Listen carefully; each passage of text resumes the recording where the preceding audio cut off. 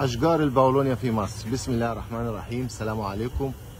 أشجار البولونيا في مصر، في الشوارع، على الأرصفة. أميرة الأشجار، إمبراطورة المنافع البيئية، الشجرة المعطرة، الشجرة العلفية، الشجرة المزهرة، أسرع شجرة تنمو وتنتج أخشاب في العالم. في اليابان اسمها كيري، يعني الحياة.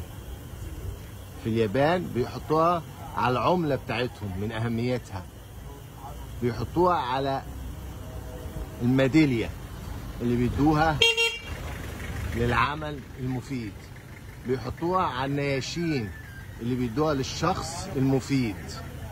ليه؟ لأن بيشبهوه بأفيد شجرة على وجه الأرض. أهميتها في جميع دول العالم، في الدول الصناعية الكبرى، الصين، اليابان، ألمانيا، فرنسا، أسبانيا، أمريكا، استراليا. عشان كده احنا بولونيا عربي بيحاول بكل الطرق نستفيد منها بالأصناف الخاصة بتاعتنا، بالحر، بمناخنا الوطن العربي، ويبقى عندنا أشجار زي الجمال ده على الرصيف. كلمة على الرصيف يعني لا في اعتناء ولا في ري ولا في أي حاجة.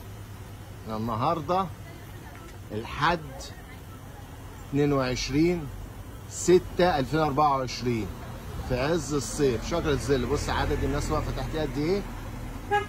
الراجل راكن عربيته تحتيها، الشباب. شجرة ظل درجة أولى، شجرة شوارع درجة أولى، غير بقى الفوائد الجامة البيئية الرهيبة منها. بولونيا in Egypt، بولونيا في مصر إن شاء الله. بولونيا عربي، بولونيا في الوطن العربي، بولونيا عربي. البولونيا في الشرق الأوسط، بولونيا عربي.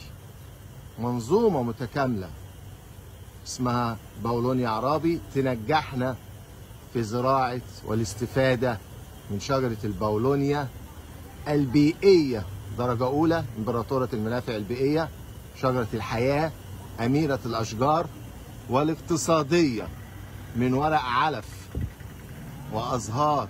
طبعا الورق مش علف وبس، نخليه فيديو تاني. تحياتي.